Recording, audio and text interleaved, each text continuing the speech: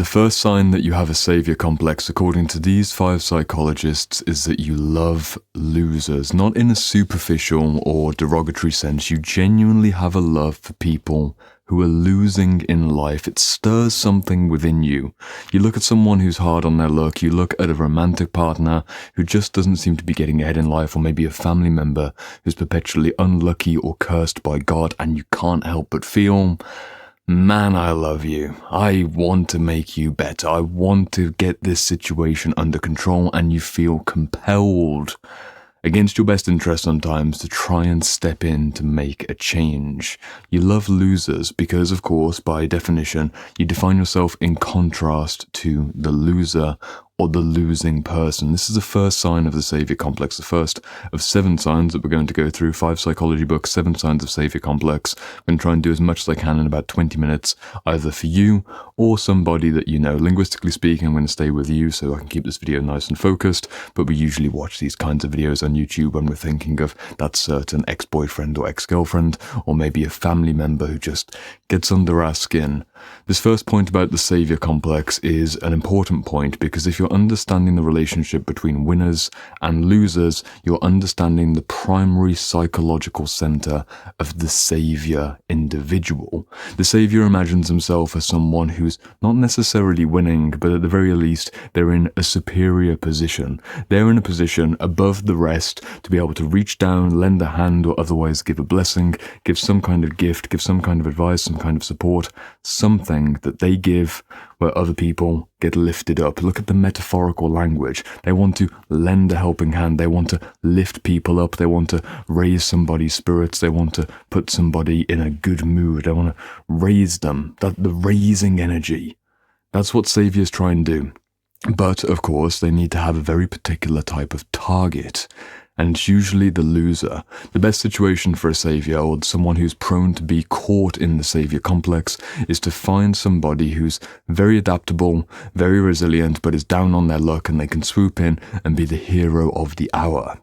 If that person's not available, they'll settle for second best, which is someone who's caught in the victim complex. Again, I covered this in the recent video. You can see the 2 videos combining from savior complex and victim complex, 2 sides of the same dysfunctional unconscious coin. I've released both videos now, so check it out after watching this one.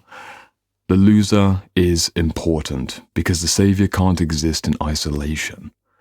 And the deeper the loser, the greater the gap for the savior to close. Somebody who has thousands upon thousands in debt, they have very poor health, and they have a very negative, hard situation.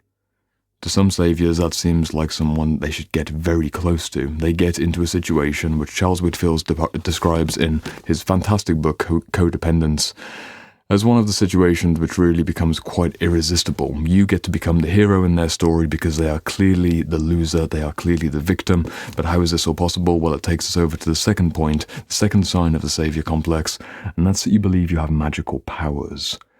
Sounds a bit strange to say that. You don't literally believe that you can levitate or move objects with your mind, but you have something along that spectrum. If you're understanding savior psychology, you need to look at grandiosity overall. This is something that comes up in Robert Moore's fantastic book, Facing the Dragon, which is a book about spiritual grandiosity primarily, but also spiritual grandiosity, imaginal grandiosity. That all ties into the somewhat magical thinking of the inner savior. You believe that you can genuinely improve someone's life because somewhere inside of you, you believe that you have an extra gift, an extra edge, maybe some kind of healing gift or some kind of intelligence gift that can help to reorganize reality so that you can make it better. It's a very common theme amongst people who are stuck in that grandiose pattern, and some people arguably, like myself or like every single therapist, coach or teacher who's ever lived, lean towards the savior complex. They lean towards grandiosity. They might only be slightly out of center. Some people are completely out of center. These are the cult leaders, the gurus gone bad. These are the people who really believe that they are God's gift on earth, and they will give you every single opportunity to tell you so, and they'll do it in a way where you feel fundamentally inferior because they need to maintain that false superiority. That's the extreme end of the spectrum. I'm not talking about that. But any therapist, anyone who's really doing a psychology degree, they have some degree of tilted towards I can make this better. That's why they're studying it. They have to have the access or the potential to access savior consciousness. Saving themselves initially, but then saving others, the loser within and the loser without, and they do that through some form of magical thinking.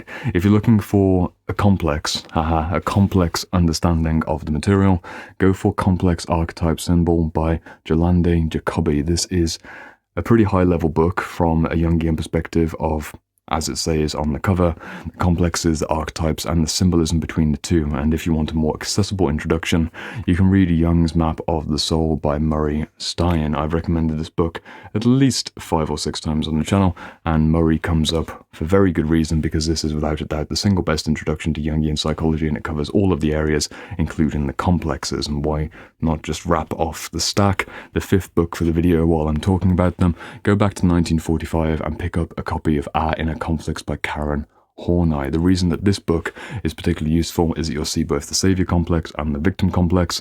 If you've already seen the other video, you'll see some crossover between these various books. Again, 2 sides of the same coin. The victim believes that they are cursed. They believe that they're the opposite of magical. They believe in some ways that they have an unmagical capacity, that they're particularly bland, they're particularly plain, they're particularly cursed by God, or whatever it might be.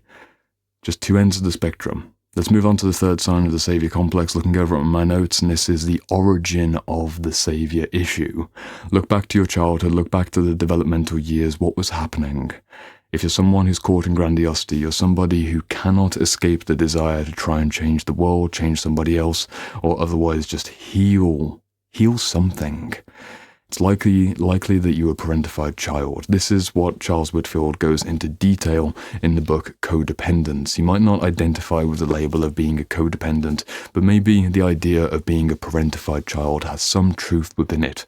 Either your mother or your father, or maybe, unfortunately for you, both your mother and your father lacked the maturity to make adult decisions and regulate their adult emotions. It seemed like you lived with teenagers, or maybe at times it seemed like you lived with a toddler in terms of their capacity to actually look after themselves. There was always one crisis or another, and you often found yourself on the sofa, in the bed, with the mom, with the father, listening to the problems. Maybe they were triangulating against the other parent, maybe they were complaining about one of your brothers or sisters, maybe they were being incredibly inappropriate and talking about the problems in the bedroom. And you were only 5 years old, 8 years old, 10 years old, 15-year-old.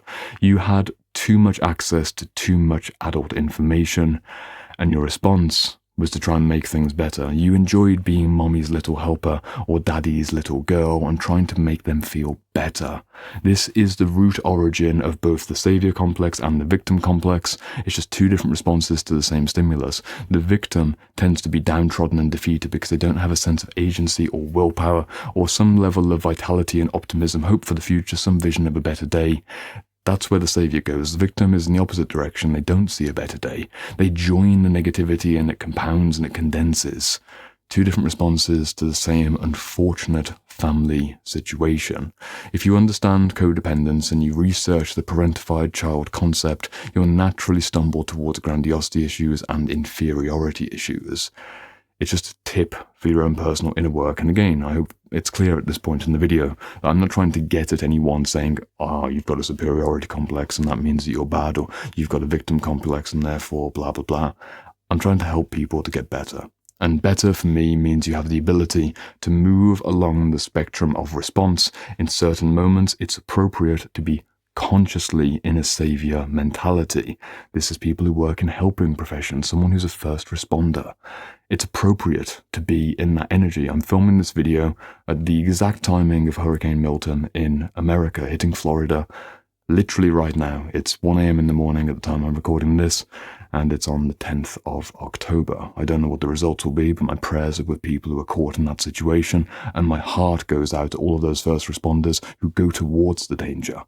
I'm glad that they have a saviour complex. I'm glad that firemen and policemen and nurses and doctors and first responding paramedics and all of the various people that are involved in this operation, that they go towards the danger. The soldiers too. I'm glad that that happens. Glad that it happened, posting this in retrospect. How much more damage would be done if we didn't have people who saw themselves as heroes. How unfortunate that those heroes were born many times over in situations where they were forced to become the hero for the family. Arguably, the trauma becomes the gift, and they become the man or woman who then continues that further on. But let's still be real with the developmental psychology right at the beginning. It starts in the family, and sometimes it becomes professionalized later in life, and this leads on to the fourth point, the fourth sign of the Saviour Complex. You want to change the world. You believe that you can change the world. You think that you have that magical thinking. You love losers or people who are losing, people who are vulnerable. You feel a compulsion to be near them. You have this parentified child history. So, of course, when you leave your family, you go off to university or you move out and go and work, you have to maintain some kind of relationship to making things better. And when you're immature, you see the whole world as your canvas. This is particularly important for people who are caught in spiritual issues. And again, I will plug Robert Moore's incredible book, Facing the Dragon. This book has been read by almost every one of my private clients at some point during the 4-month mentorship. And when they realize, oh yeah, I'm actually a little bit spiritually grandiose, they tend to, ironically, have the ability to actually change the world even more. Reading a book like this will help you to separate out between the juvenile fantasy of I can change the world and my power is unlimited versus no, I'm actually incredibly limited in my ability to influence people. I'm incredibly limited in my capacity to make change in the world. I'm going to try, I'm going to continue, I'm going to turn this unconscious compulsion towards saviorism into a conscious intention towards service. That twisting, that tilting, that raising of vibration or the raising of consciousness, literally making it cleaner, making it less distorted, less of this, less erratic. Clean, steady charge that you can make the world a better place. Every single person who's tilted towards saviorism, they feel that inside of them. There's many levels of maturity to that same energy. The most immature, as I've just said, is the person who sits at home and they fantasize that their meditations will change the world, or they talk big talk in the cafe with their friends and they just don't have their life together. They haven't even got a stable income. They can't hold down a relationship. How are they going to be able to help people heal their trauma or turn around ancestral patterns? You're just not going to do it, let alone overthrow the government or find a way to radically rework some kind of humanitarian effort. You just can't do it. You need to be able to organize yourself before you can organize resources beyond yourself. Come on, let's be real. Higher level maturity. You take that energy of wanting to change the world and you turn it towards the realm of service, a field of service, a certain defined group of people on a certain path or a certain process, and you have a genuine impact in a community that's manageable. This could be just your workplace, it could be just your family, or you could use the internet to reach a wider global network. But still, even if you look at how many people have watched this video, it's a small number of people that are interested in a video like this. This is my service. This is me healing my unconscious Saviour Complex into something which is a bit more conscious and a bit more service-driven. It's not changing the world. It's not 8 billion views on this video unless, I don't know, it'd be absolutely bizarre. I'm going to make a very strong bet that I will eat every book in this library if this video gets 8 billion views. I'm pretty sure it didn't get 8 billion views. I will eat every book in the library if this gets 8 billion views. My impact is limited. I'm not caught in the Saviour Complex, but if I was, I might have a bit of a hook, as I did just there, right?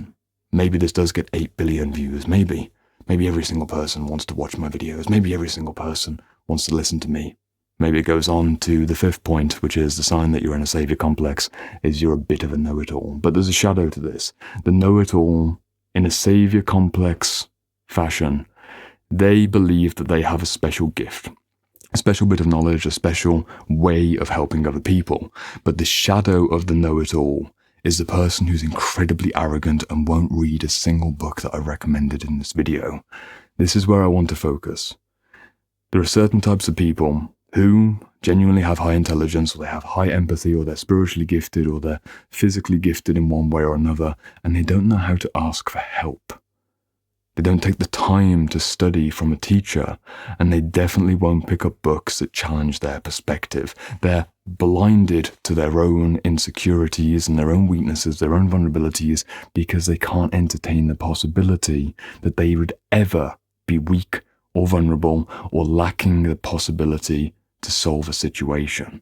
Otherwise, they're risking shifting themselves back into victim consciousness. They suddenly collapse as if the stilts collapse all around them, the sand goes from beneath their feet.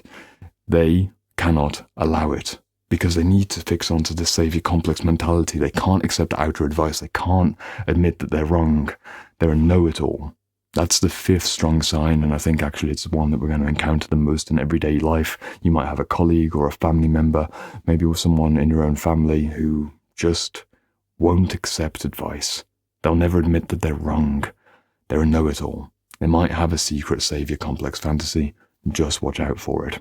Coming now to the sixth point, the sixth sign of the Saviour Complex, and this is that you suffer from sudden and unexpected burnouts. Your energy isn't consistent. What's happening here is that you have such an enthusiasm to make a change in the world. You're somebody who really genuinely has the best of intentions, but you haven't learned energy management. You haven't learned how to manage your time and manage your focus, your consciousness, your various resources that you juggle on a day-by-day basis, let alone a week-by-week or a month-by-month basis. And you go through these periods of sudden, unexpected burnout.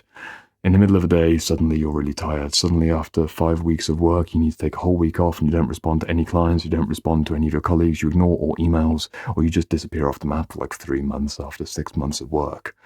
There's some pattern in there, and at an unconscious level, what's happening is that you're overcharged in your Saviour energy, so all those small signals of insecurity, all those small signals of weakness, those small signals of needing to take a rest, push those to the side. No, I'm fine, I'll just take another cup of coffee, I'll just take another cup of tea, I'll just go out and keep working. You overwork because you can't listen to the part of you that has a necessary need for rest, because at an unconscious level, many people who are caught in the Saviour Complex, they'll associate the need for rest as some kind of victim or losing mentality. And again, you need to remember that if someone's maintaining one end of the polarity, the outer world is where the other end exists, not within them. It's a false projection, it's a false concept. But the Saviour believes that they've got unlimited energy to be able to do unlimited good, and they go towards the people who are chronically lethargic, the people who are downtrodden, the people who are unlucky, the people who are cursed by God. They're those kinds of people. No, not me. It's untrue. And yet, energy can only go so far before it needs to rest, and if you don't take a conscious rest, you will be forced to stop. And this is the sudden burnout, and in the best case of scenarios, you just spend a few extra hours in bed for a few days in a row. In the worst case of scenarios, someone who's caught in the Saviour Complex will get a very deep sickness. They might have deep inflammation. They may have a sudden, chronic, debilitating disease, or something which is even life-threatening. They're forced to stop because they didn't slow down, because somewhere inside their secret story, slowing down or being weak is for the people they're trying to help. Somewhere in that story, just look for it. We'll wrap up this video now on the final point, the final sign of saviorism. It's a big one, but I'll make it focused. You care about your legacy. You care about what people will think about you when you're gone. And this influences a lot of your decision making on the day by day because you overly care about what people think about you. At the end of life, you imagine a eulogy, you imagine legacy, you imagine how you go down in the family story, you imagine great things, or at the very least, you like the idea that your family members will talk about you with positive regard. You like that story, it brings you comfort. But on a day-to-day level, at a lower grade, you have too much energy involved in what other people think about you, especially in regards to your impact on them, and especially in regards to the goodness of your character, or the goodness of your effort, perhaps. You want to be seen, and you want to be visible in the energy of giving, or saving, or helping. And you'll find many opportunities to do this in more conscious and less conscious ways, because fundamentally you're trying to scratch your own itch of caring what people think about you. Overly so. We all care about what people think about us. It's a normal human thing. We're social creatures. It would be weird if you truly didn't care what anyone thought of you.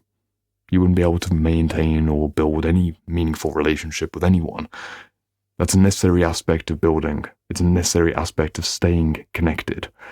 But you take it too far if you're a saviour. If you're caught in the Saviour Complex, you haven't quite broken out of codependence, and it's an overt codependence in the form of too much energy being invested into the positive or negative feedback from the outer world.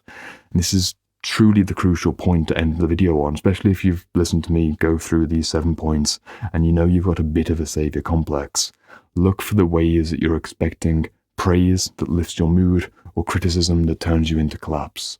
If you're overly sensitive to what other people say, maybe on a post that you made on social media or some passing remark that you hear through the grapevine and gossip at work, it could be victim complex, it could be savior complex. Whichever way it might go, you're probably not in the middle. If you're somebody who's centered and you have the ability to move in both directions, which is fundamentally the aim of healing both of these savior and victim polarities, you integrate the two together and you find a middle point, you can take the hit, or you can enjoy the uplift of a positive comment. You can enjoy being celebrated, but it doesn't mean the world to you. You don't make it mean too much.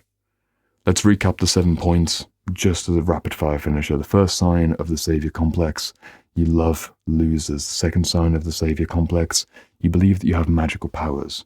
The third sign: you were a parentified child who grew up in an enmeshed and dysfunctional family system. The fourth sign is that you want to change the world, and depending on your level of consciousness, you understand that you change the world either by an immediate local effect, or if you're more at that immature level, you believe that you can have a global effect without practical foundations being in place. There's a big range on that philosophy. The fifth sign that you're suffering from the savior complex is that you're a know-it-all and you refuse to accept help, or you're somewhat arrogant at the very least in regards to your studies. You'll read half a book and say, oh, I already know all of this. You're not willing to humble yourself because humbling is tied at an unconscious level with losing or with victimization, and that's for the people you're trying to help, not for yourself. Just watch out for it. The sixth sign that you're suffering from the savior complex is that you have sudden and unexpected burnouts or energy drops. And the final sign of saviorism at the unconscious level is that at the very least, you care too much about what people think about you, but you also probably have a private fantasy of it really matters what people think about you when you're gone. You might want to build a legacy. You might imagine writing a book that's going to be read for hundreds or thousands of years. Whatever it might be, you want to find a way to live forever because your helping energy, your helping healing persona must extend beyond you, because if you were to take off that persona and you were to be just the man or the woman that you are, you would feel less powerful because this is a pattern that you've been in for decades. See what happens if you're willing to lift off that mask. You might have a bit of a backstep into victim consciousness, but over time you'll feel more steady. Because the healing pattern here is not that you love losers, it's that you have the ability to relate to people who are losing without overextending your energy. You heal that magical power of thinking by having a grounded response to your giftedness and a grounded vision of how much good you can do in the world. You might have been a parentified child, but you understand how to rework your adult relationships to your adult parents and break the codependent pattern, which also impacts your romantic relationships. You heal this desire to change the world by making it conscious and making it realistic. If you're continuing to heal the savior complex, you stop being a know-it-all and you admit when you're wrong, and by admitting when you're wrong, you then have the ability to help more people because you're not caught in your own self-delusions, and your self-delusions don't lead to frequent burnouts. You know when to take a nap. You know when to take a break. You know when to take a day off.